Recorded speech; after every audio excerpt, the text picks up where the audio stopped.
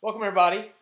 This is our first civics lecture, Why Study Government, or What is Civics? And as you see here is a picture of the capital of the United States in Washington, D.C. Here's our learning objectives for the day. You saw these on our welcome message. What authority does the government have over an individual? How has the government responded to issues of America, and how do civics affect you? So let's just jump right into it. So civics is the study of the theoretical and the practical aspects of citizenships and the rights and duties of citizens. These two things are underlined because they're not the same thing. The theoretical is the stuff that on paper, the ideas, and the practical is real life application of this. I mean, we can say all people are created equal. That's the theoretical, but the practical is that the people know that's not necessarily always true. For example, when that was written in 1776, there were slaves in America. When that was written in 1776, women didn't have the right to vote. When that was written in 1776, Native Americans were referred to as savages in the exact same document. So that's just one example of we have a theoretical concept of civics and we have a practical application of civics. So why does the state of North Carolina force you to study civics? Well, the United States government and its people have a social contract that is a two-way street, says John Locke. The authority of the government comes from the consent of the American people. We give the American government power, and thus they use that power over us. This is called the social contract or popular sovereignty. The power of the United States government comes from the United States citizenry. If the people aren't actively engaged in a political climate and the practical aspects of citizenship, then this social contract that we make is essentially no better than the ideas of, a guy named Thomas Hobbes, which is that government authority comes from one source. This would be like a king. In a kingdom, there's only one source of power. That's the king. In America, we're a democracy, and so we, the citizens, have power over our government. One example of this is we can vote out the leader, the president, or congressman, or city councilman. All different levels of that. We'll get into that this year. So, the question is, well, so if the government gets its power from the people, what power does the government have? What can they do in the first place? We can call this authority, power, rulership. These things include, like, most basically, taxes. If you've ever wondered what are taxes, well, then you're in the right class. Taxes are one huge way the government has authority over the people. They literally take the money that we create and then use that money for everyone. Think of this as like a Netflix subscription. When I pay taxes each year, it can be a burden, but at the same time, I get roads, I get schools, I get fire trucks, I get policemen, I get affordable health care in some regard and not in others. These are a subscription service to America so that America gives back to me. So when we think about who pays for roads, this is Seagrove down on exit 45 on I-73. Well, that's the American people, and that's the authority of the American government to lay out these little cones, to create signs, mandate the font on those signs. The authority of the American government is to force kids to go to school. I mean, if you ever wondered why you're able to go to a charter school in North Carolina, it's from the authority of the North Carolina government, which gets authority from the United States government. They also issue license. They give you the authority to drive on the road. They also have the authority and the power that if you are caught driving on these taxpayer roads, they can take away your car, put you in jail. They have the ability to have your birth date, your hair color, your height, all this information we give up willingly, and in return we get things such as the ability to ride on the road. And more importantly, when I'm riding on the road, I have the assurance, the safety of mind that the guy riding next to me or the woman riding next to me or the person riding next to me knows how to drive. So I don't have to worry as I'm driving that the person driving next to me has no training because I trust that my government has regulated that system. So you also think, like, why do you have to be 21 to drink alcohol but 18 to vote or smoke tobacco or fight in wars? Well, civics and economics will address this issue the first half of the class, but it also gives you another idea of the authority of the American government. The American government has the ability to say, oh, you know what, you can't drink alcohol until you're 21. But that also says you can vote at 18. And then we start having questions of like, well, this doesn't necessarily make perfect sense because you are aware that at 18 you can join the army and you can go overseas and put your life on the line for your country. But then when you come back, you can't have a beer. I mean, those are just things that make you wonder. Well, okay. It doesn't have to have an answer, though. The government can just say, well, that's the way it is. This is the way it is. It is what it is. So if you ever get confused about things like Wall Street and Obamacare, or even why people dislike or like Obama or Donald Trump or George Bush. Civics and economics is the class that will try to answer these questions. I can't give you the answer, um, but I can show you, well, maybe you can make up your own mind. Is it beneficial to love a president or dislike a president? I don't know. Maybe that's the thing that you have to think about. Um, and we'll get into that. Now, this is a big issue that I've been thinking about, like authority and power of the government. This is from St. Louis in 2014, but these images have popped up since June. You ever wondered about the power of the police? Civics and economics is the class that will try to address this question. It's a very tough question. I see an image like this, and I see military. But is the police supposed to be military? Is it for our benefit? Um, Yet again, I can't give you these answers, but I can try to show you questions that you can ask yourself and maybe come to conclusions with. So, have you ever thought about why the government does some things but doesn't do other things? I have. And this class will try to address this issue that, you know what, the government isn't a living, breathing being.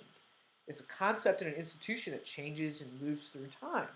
It has different people, has different goals every 2 to 4 years, different political parties. It's a complex issue, and we'll try to cover it, and we will cover it. So if you ever given any thought about how you can change things that you don't like, this class will attempt to teach you that. Like, how do I make positive change or just any impact? We'll cover the stories of Dr. Martin Luther King. I'll tell you the unknown stories of Emma Goldman, an anarchist from the 1900s who, fascinating story. We'll get into these unknown and known people in America. So as we move through it, if you ever thought of any of these types, the first half of this course will address those questions and many more. You're in the right place. I love this topic. I love talking about these things. It's history, it's political science, it's sociology, a little bit of economics, it's philosophy, moral philosophy, political philosophy. We'll get into all those things. So let's address the first question. What are governments? And then how do they respond to the issues we face? Are they even capable of it? Do we put too much faith? So let's define government. A government is a set of rules and institutions people set up so they can function together as a unified society.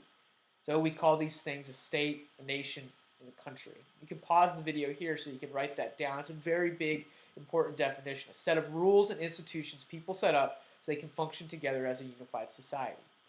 So this need for order, as opposed to chaos, often leads to the creation of governments all throughout time. Even if it's a little tribe of cavemen, they go to the strongest person who can supply the most meat and protect them from outside tribes. Or today, where it's a huge million people operation that feels like it has an impact on every single part of our life. We'll try to trace the evolution of government in society.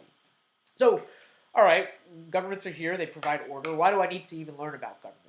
What good does that do? Well, the first question you need to know is you need to become a more informed citizen so that you can make change.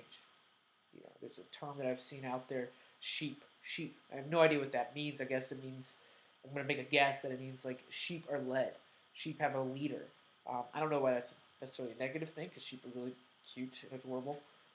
But if that is an issue, you should become a more informed citizen so that you can have an impact on your society. Maybe be the leader instead of the follower. Though I don't necessarily think that's 100% negative if you're a follower or a follower of many things. So we will talk about politics in this class, not today, but it will come up. Just so you know, it doesn't matter which side of the coin you're on, if it is even a duality of left or right, Democrat or Republican. I'm going to show love and kindness to all viewpoints, with the exception of hatred, racism, sexism, homophobism. Those things we're going to have to call out.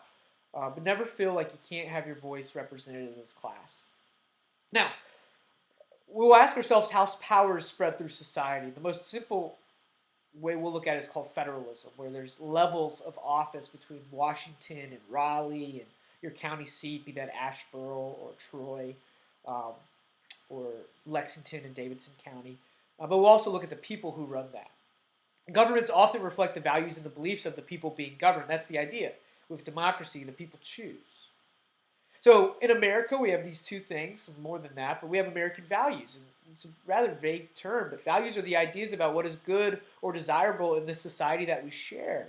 And our form of government, popular sovereignty, democracy, is a government that runs by the consent of those people. So pause this if you need to so you can get an idea of these two things. So they're a big part of the class.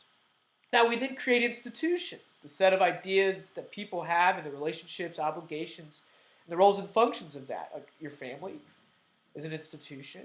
Your education is an institution. If you follow religion, that's an institution. The clubs or volunteer organizations, the sports teams, all these are institutions that play a part in our lives and our identity and how we identify to other people. Um, I'm a husband, I'm a teacher, I'm a Manchester City fan, I'm a Bob Dylan fan. These types of things create who you are. So this class is here to get citizens to become more informed and to participate in society. That's why we study government. That's why we get into this stuff. Also, it's the law. North Carolina says you have to take this class. It's called the Founding Principles Act. And so you're here. If you don't pass this class, you can't graduate from North Carolina and get a degree. Here's the building where that law was written. I want to help you learn what it means to be a citizen so that you can help your community. That's my goal. Gain knowledge, gain more power, and help. Do your part. Volunteer. Right? This is Tom Tillis, just to give you an example of these leaders who actually do this. Tillis is a senator from North Carolina who feels the need to go out of his way, good or bad, run for office for personal benefit or for social benefit. And these are the type of people we will try to understand. Who is this guy? Does it matter? He's just one of many politicians and civic leaders and social leaders and members of our society. So the number one thing I want you to accomplish this year is that you will become more educated. You will gain more knowledge. I truly believe that knowledge is power. From the old Francis Bacon quote, knowledge is power. The more you know, the more power you have. Those who have the knowledge hold power. We'll also understand, well, what is power? Raw power, hard power, strong power. So that's our lesson today. Real quick, just a little 15-minute or so. But what authority does the government have over an individual? It's really up to the individual. We consent to any authority. And then they decide through, as we will find out, how they enforce laws. How do they enforce regulations? Can they pull your car over? Can they walk into your house? We call that popular sovereignty. Now, how does the government respond to issues in America? It depends. The government responds to issues based on the issue-by-issue basis. We'll get into that. But today, just understand, it's a large, powerful institution. And then how does civics affect you? You're a citizen. And civics is the study of what it means to be a citizen. That is how civics affects you. You're civic. You need to understand, or should understand, what it means to be an American citizen. So that's our lesson for the day. I hope you've had a great time watching this. This is a short little video. What you need to do now is send me an email about 2 questions you have and 2 things you learned. So 4 sentences in total. Send it to my email today for credit that I know that you watched this video. I hope you folks have a great day. More info to come later.